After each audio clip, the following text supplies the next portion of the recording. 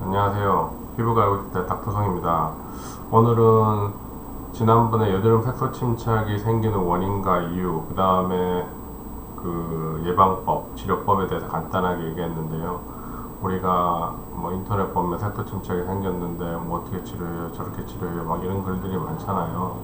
근데 여드름 얼굴에 생기는 색소 침착이 어떤 여러 가지 종류가 나뉘어지고 그 종류에 따라 치료법이 다 바뀌게 되고, 그런데도 대부분 뭐라고 돼 있어요? 대부분 레이저 토닝만 한다고 돼 있어요.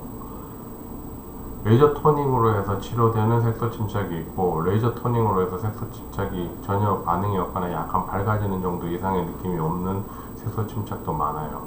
그런 어떤 종류에 대한 구별, 그리고 자기가 처음에 그 색소 침착이 어떻게 생겼는지에 대한 원인, 그런 걸 정확하게 알아야지, 처음에 어떻게 발생했는지를 알아야지만 근본적으로 치료할 수 있는데 쉽게 접근이 이루어져요.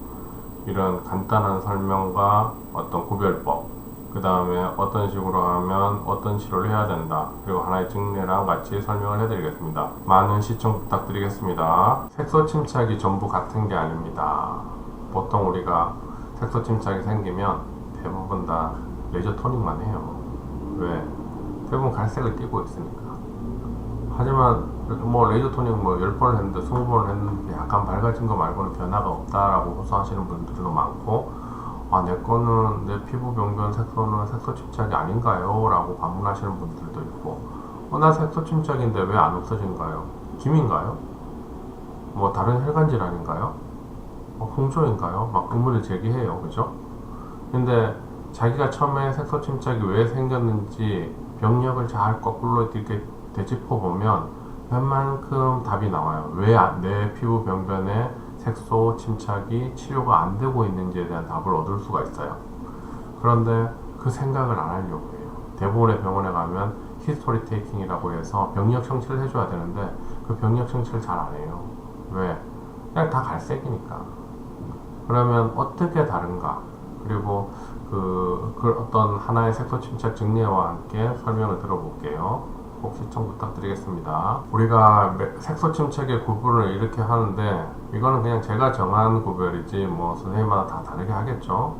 대부분 색소 침착을 뭐라고 생각해요? 멜라닌 과분비로 생긴 과색소 침착, 과분비로 생긴 색소 침착이라고 생각을 해요.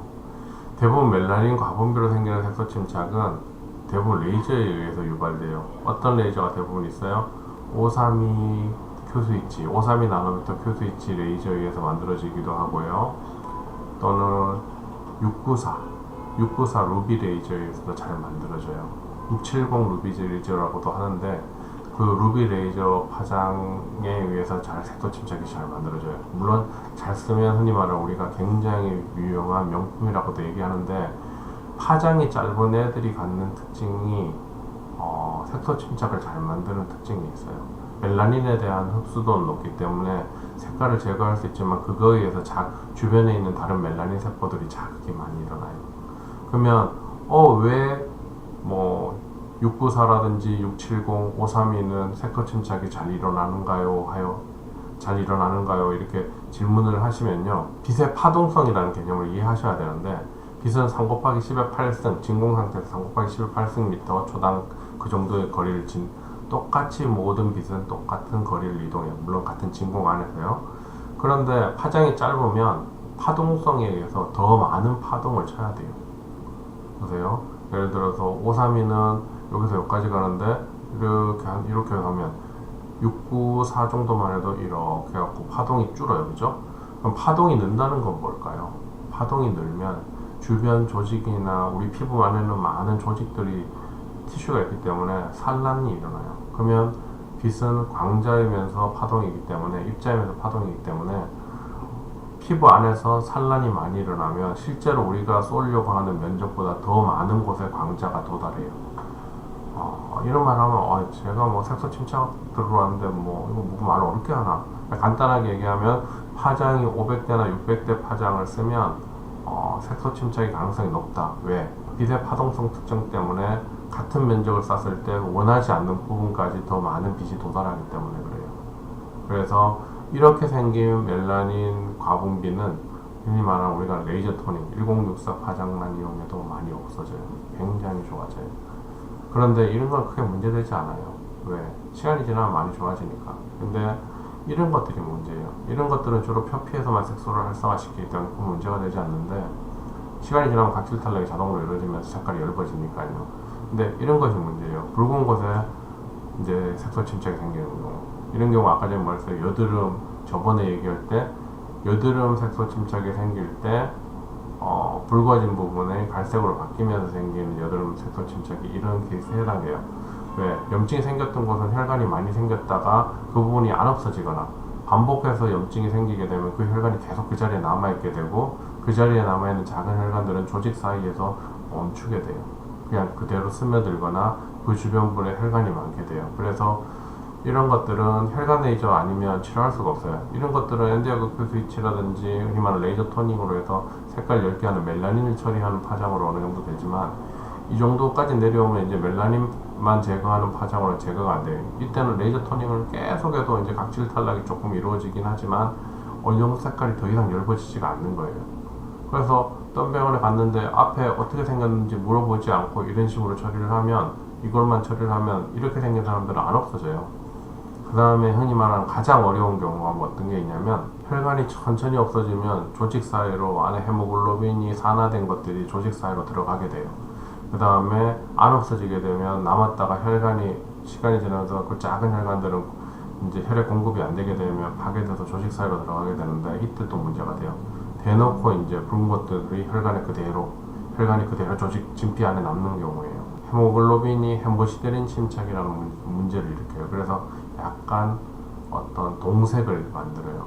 갈색이면서 동색인 항동색을 띠고 있어요. 그래서 약간 푸른둥둥한 색깔을 띠기도 하고 좀 애매해요, 색깔이. 그래서 이런 경우는 진짜 안 없어져요. 이런 경우는 혈관 레이저 말고는 치료할 방법이 없고요. 이거는 꼭 기억하셔야 돼요.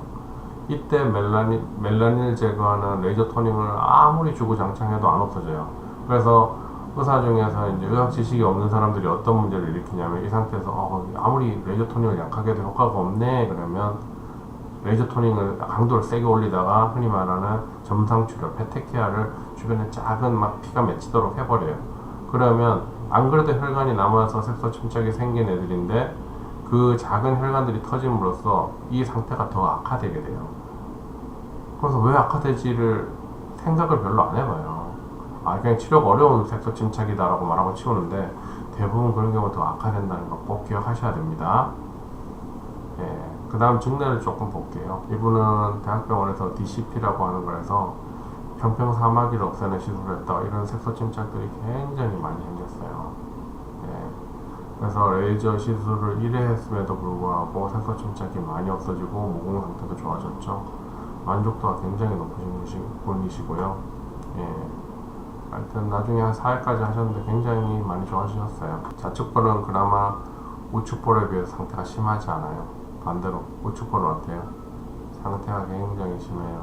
왜 그럴까요? 이분은 거꾸로 말하면 또 오른손잡이인 걸 거꾸로 보여주는 얘기기도 하고요. 왜? 오른손잡이들이 세안을 할 때나 이럴 때 여기에 마찰이나 이런 게 좌측보다 더 악력이 가해져요. 그러면 피부에 마이크로 미세 염증이 더 많이 생겨서 이런 색소 침착의 가능성이 더 많이 생기고요. 물론 평평사마귀가 많아갖고 DCP를 할 때 더 많은 곳을 이렇게 어떤 녹이는 시술을 사마귀를 없애는 시술을 해서 더 많이 생길 수도 있지만, 똑같은 시술을 했다는 전제 아래 더 많이 심한 쪽은 대부분 환자가 그 부분에 더 많은 자극을 가했다는 걸 일상생활을 하면서. 그래서 1회를 하고 많이 좋아진 게 보이시죠? 이분은 아까 전에 얘기했듯이 만족도가 굉장히 높은 분이세요. 이분은 와이프분이 병원을 다니면서 많이 좋아지셔서 남편이 이런 자국을 스트레스 받으셔서 데리고 오셨던 분이고요. 오늘은 이 증례까지 설명을 해드렸고요. 왜 자기의 색소 침착이 잘 없어지지 않는가에 대해서 한 번만 생각을 해보시면 쉽게 답이 나옵니다. 왜 내가 그동안 레이저 토닝을 많이 했는데도 안 됐을까? 왜 표피 탈락을 계속 일으켰는데도 색이 안 없어졌을까? 진피 내에 혈관이 문제 있을 가능성이 있고, 또 하나 색깔이 없어졌음에도 혈관이 많이 남아있으면 다시 금방금방 만들어요, 색깔을. 그래서 다시 색소 침착이 쉽게 생기기 때문에 시각적 만족도가 떨어져요. 이런 것들 꼭 기억하시고요. 앞으로 더 알찬 내용 일상생활에서 어떤 궁금했던 피부 지식들 이런 거를 계속 제가 주제를 생각하면서 방송을 하려고 하는데 뭐 가끔 생각이 안 날 때도 있고요. 생각나는 거를 여러 가지 생각 많이 해서 예, 많은 도움 줄 수 있는 방송을 하도록 하겠습니다. 많은 시청 부탁드리겠습니다. 감사드립니다.